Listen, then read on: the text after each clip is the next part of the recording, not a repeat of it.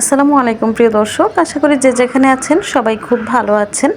আমার চ্যানেলে নতুন আরও একটি রেসিপি দেখার জন্য সবাইকে আমন্ত্রণ জানিয়ে শুরু করছি আমার আজকের রেসিপি। আজকে আমি আপনাদের সাথে শেয়ার করব জর্দার যে ছোট মিষ্টি অথবা বিভিন্ন ডেজার্টে যে ছোট মিষ্টিটা ব্যবহার করা হয় সেই মিষ্টির রেসিপিটাই শেয়ার করছি। তো চলুন রেসিপিটা দেখি।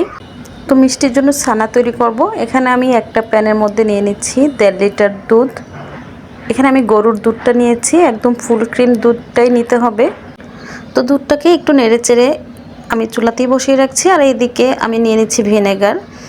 এখানে আমি 2 টেবিল চামচের মতো ভিনেগার নিয়েছি আর পানি দিয়ে দিচ্ছি 2 টেবিল চামচ। অবশ্যই ভিনেগারের সাথে একটু পানি মিশাতে হবে, তাহলেই ছানাটা নরম সফট হবে, তা না হলে কিন্তু ছানা একদম রাবারের মতো শক্ত হয়ে যাবে। তো এই দুধ বেশিক্ষণ জাল করতে হবে না, একটা বলক চলে আসলেই হবে। বলকটা চলে আসলে চুলাটা অফ করে দিয়ে তারপর একটু নেড়ে চেড়ে 2 মিনিটের মতো ঠান্ডা করে তারপর ভিনেগারটা মিশিয়ে নিতে হবে। তো আমি অল্প অল্প করে ভিনেগার দিব আর আলতো হাতে নেড়ে দিব। এটা একদম আলতো হাতে নেড়ে নিতে হবে, তা না হলে কিন্তু ছানা একদম গুঁড়া গুঁড়া হয়ে যাবে। তো আমি অল্প অল্প করে ভিনেগার দিচ্ছি আর আলতো হাতে নাড়ছি। এর মধ্যে দেখুন সবুজ পানি বের হয়ে গেছে। তো এখন এটা আমি সেঁকে নিব, খুব দ্রুত সেঁকে নিতে হবে। এটা গরম অবস্থায় বেশিক্ষণ রাখা যাবে না, তাহলে ছানা শক্ত হয়ে যাবে আর মিষ্টি ভালো হবে না। তো আমি সাথে সাথে সেঁকে নিচ্ছি। এখন ঠান্ডা পানি দিয়ে খুব ভালো করে ধুয়ে নেব, এতে করে ভিনেগারের যে গন্ধ তারপর টক ভাব সেটা চলে যাবে। তো আমি 2-3 বার এভাবে ধুয়ে নিব। এখন ছানাটা খুব ভালো করে চিপে নিব। আর অবশ্যই ছানা ছাকার সময় সাদা কাপড় নিতে হবে, রঙিন কাপড় নিলে অনেক সময় কিন্তু রং ওঠে। তারপর এভাবেই 2 ঘন্টার মতো ঝুলিয়ে রাখবো। তো ছানাটা একটা প্লেটে নিয়ে নিচ্ছি। তো দেখুন ছানাটা একদমই নরম সফট আছে। এখন হাত দিয়ে একটু মথে নিব।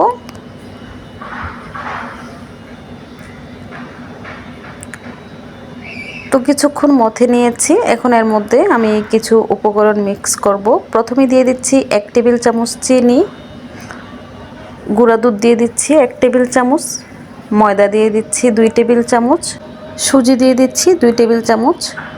তো এখানে 1 কাপ পরিমাণ ছানা আছে। 1 কাপ পরিমাণ ছানার মধ্যে ঠিক এই পরিমাণই সুজি, চিনি, তারপর ময়দা মিক্স করতে হবে আর গুঁড়া দুধ। তো সব কিছু একসাথে এখন ভালো করে আবারও মিক্স করে নিচ্ছি। খুব ভালো করে মিক্স করতে হবে।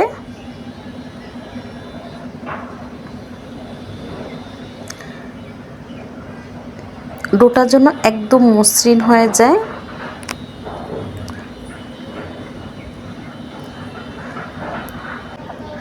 তো ডোটা খুব ভালো করে মথে নিয়েছি। এখন এর মধ্যে দিয়ে দিচ্ছি বেকিং সোডা। তো আমি 2 চিমটির মতো বেকিং সোডা নিয়েছি। এর মধ্যে একটু পানি দিয়ে তারপর হাত দিয়ে খুব ভালো করে মিক্স করে নিতে হবে। তো দেখুন আমি কিন্তু খুব ভালো করে মিক্স করে নিচ্ছি। এভাবেই সোডাটা যদি আপনারা ছানার সাথে মিক্স করেন তাহলে কিন্তু মিষ্টি আর চুপসে যাবে না। তো বেকিং সোডার সাথে ছানাটা খুব ভালো করে আবারও মিক্স করে নিচ্ছি। আপনারা দেখে বুঝতে পারছেন আমি কিভাবে মিক্স করছি। ঠিক এভাবেই মিক্স করে নিতে হবে।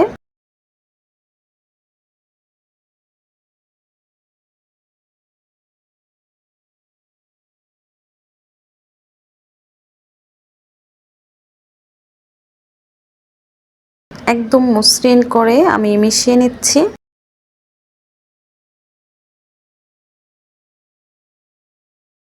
তো ডোটা তৈরি হয়ে গেছে। ডোটাকে এক পাশে রেখে আমি এখন শিরা তৈরি করব। তো চুলায় একটা প্যান বসিয়ে দিয়ে দিচ্ছি 2 কাপ চিনি, পানি দিয়ে দিচ্ছি 4 কাপের মতো, দিয়ে দিচ্ছি 2টা এলাচ, এতে করে সুন্দর একটা ঘ্রাণ আসবে মিষ্টি থেকে। তো শিরাটাতে যখন বলক চলে আসবে এভাবে 2-3 মিনিট আমি শিরাটা জাল করব। তারপর একটা ঢাকনা দিয়ে শিরাটা একপাশে রেখে দিচ্ছি। এখন মিষ্টিগুলো তৈরি করে নেব। তো আমি ছানার যে ডোটা সেটা থেকে ছোট ছোট করে লিচি কেটে নিচ্ছি। এভাবে লিচি কেটে নিলে মিষ্টির সাইজগুলো একই রকম হবে। তো আমি লিচি কেটে নিয়েছি।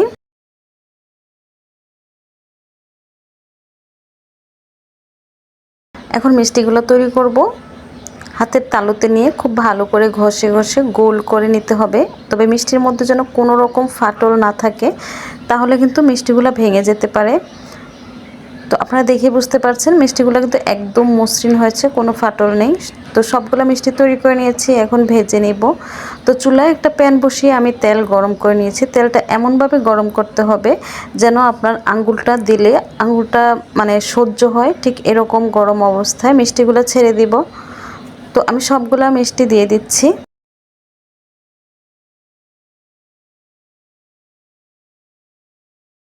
তো প্রথমে কড়াইতে ধরে এভাবে একটু ঝাঁকুনি দিয়ে দিচ্ছি, এতে করে তলানিতে আর লেগে থাকবে না। তো দেখুন এগুলো কিন্তু এখন নিজে নিজেই ফুলে ভেসে উঠছে তেলের মধ্যে। সবগুলা মিষ্টি তেলের মধ্যে এভাবে ভেসে উঠবে 2-3 মিনিট পর। তারপর একটা স্প্যাচুলা দিয়ে আলতো করে নেড়ে দিচ্ছি, যাতে করে মিষ্টির সব দিকে খুব সুন্দরভাবে কুক হয়। তো দেখুন সবগুলা মিষ্টি কিন্তু খুব সুন্দরভাবে ফুলে উঠেছে। তো এখান থেকে আমি কিছু মিষ্টি উঠিয়ে নিচ্ছি। মানে আমি 3 কালারের মিষ্টি তৈরি করব। তো প্রথমে সাদা মিষ্টির জন্য কয়েকটা উঠিয়ে নিচ্ছি। তো তেলটা জড়িয়ে আমি শিরার মধ্যে দিয়ে দিব, সেটা আপনাদেরকে দেখাতে পারছি না, আসলে ক্যামেরাটা একদিকে ফিট করা। তো এখন এই মিষ্টিগুলো আবারও ভেজে নিলাম। তো এটা যখন গোলাপ জামুনের কালার চলে আসবে, তো সে পর্যায়ে আমি কিছু মিষ্টি উঠিয়ে নিব। আসলে আপনি কি কি কালার চাচ্ছেন সেটা আপনার কাছে। আপনি এর থেকে হালকা কালারও দিতে পারেন বা এর থেকে আরও কড়া করে দিতে পারেন, সেটা মানে যার যার পছন্দ অনুযায়ী। তো আমি এখান থেকে কিছু মিষ্টি উঠিয়ে নিলাম, আর কিছু মিষ্টি একদম কালো জামের মতো তৈরি করব, সেজন্য একদম একটু কড়া করে ভেজে নিয়েছি। তো দেখুন এই মিষ্টিগুলোও হয়ে গেছে। তো এগুলো আমি উঠিয়ে নিব এখন।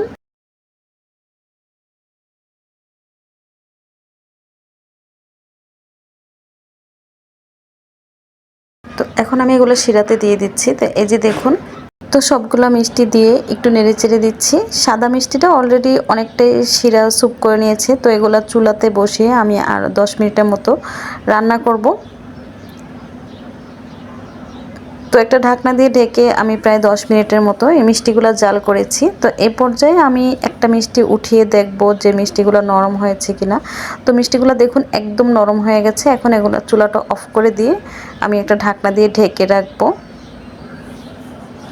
তো আমি 5-7 ঘন্টার মতো মিষ্টিগুলা এভাবেই ঢাকনা দিয়ে ঢেকে রেখেছিলাম।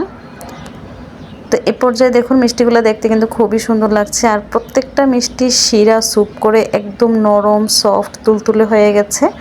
তো একটা মিষ্টি আমি আপনাদেরকে দেখাচ্ছি। এই সাদা মিষ্টিটা খেতে কিন্তু অসম্ভব মজা হয়েছিল। অন্য মিষ্টিগুলো মজা, কিন্তু সাদাটা অনেক বেশি মজা হয়েছে। আর দেখুন প্রত্যেকটা মিষ্টি একদম নরম, আমি আপনাদেরকে ভেঙে দেখাচ্ছি, দেখলেই বুঝতে পারবেন এটা কতটা সফট। আপনারা কিন্তু বাসাতেই এই সুন্দর মজার মিষ্টিগুলো তৈরি করে বিভিন্ন ডেজার্ট বা জর্দাতে ব্যবহার করতে পারেন। খেতে কিন্তু অসম্ভব মজা হয়েছিল। তো সেম রেসিপি ফলো করে আপনারা যদি এই মিষ্টিটা বাসায় ট্রাই করেন, ইনশাল্লাহ আপনাদের মিষ্টিগুলো ঠিক এরকম পারফেক্ট হবে আর খেতেও অসাধারণ হবে। তো আজকের মতো বিদায় নিচ্ছি। সবাই ভালো থাকবেন, সুস্থ থাকবেন, নিরাপদে থাকবেন। আল্লাহ হাফেজ।